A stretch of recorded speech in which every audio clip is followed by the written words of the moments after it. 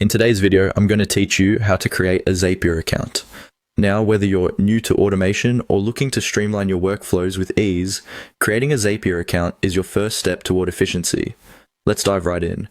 First, you'll want to open your preferred web browser. It could be Chrome, Firefox, Safari, whichever you like. Once your browser is up and running, head over to the Google homepage. You simply do this by typing in google.com in your address bar and hitting enter. Now that you're on Google's homepage, focus on the search bar. Here, you're going to type in Zapier. That's Zapier, and press enter. This will bring up a list of search results related to Zapier. What you're aiming for here is the official Zapier website, which should be one of the top links you see. It'll usually be marked with the URL zapier.com. Go ahead and click on this link to enter the Zapier website. Once you're on the Zapier homepage, you'll notice several options available, but what's most important to you right now is getting your new account set up. Look for the Sign Up button on the page. It should be prominently displayed, likely at the top right corner of the homepage.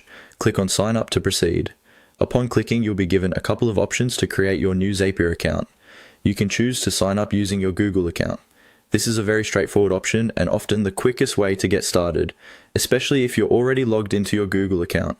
Simply click on the Sign Up with Google button. This option seamlessly connects Zapier to your Google account, allowing for easy access and better integration of services later on. If you decide to use another method to sign up, follow the on-screen prompts you see after selecting your sign up option. Zapier will guide you through a series of steps that usually involve creating a username, setting a password, and perhaps verifying your email address. It's a straightforward process, and Zapier's user interface is designed to be intuitive, ensuring you won't get lost along the way. As you follow these on-screen instructions, take a moment to review any terms of service or privacy policies they might present to you. It's always a good idea to understand the user agreements before proceeding with any new online account. And just like that, you'll have successfully created your Zapier account. With this new account, you're all set to explore the world of automation and connect various apps and services to work together seamlessly.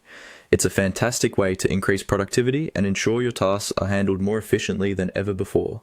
Congratulations on taking this first important step and enjoy your journey with Zapier.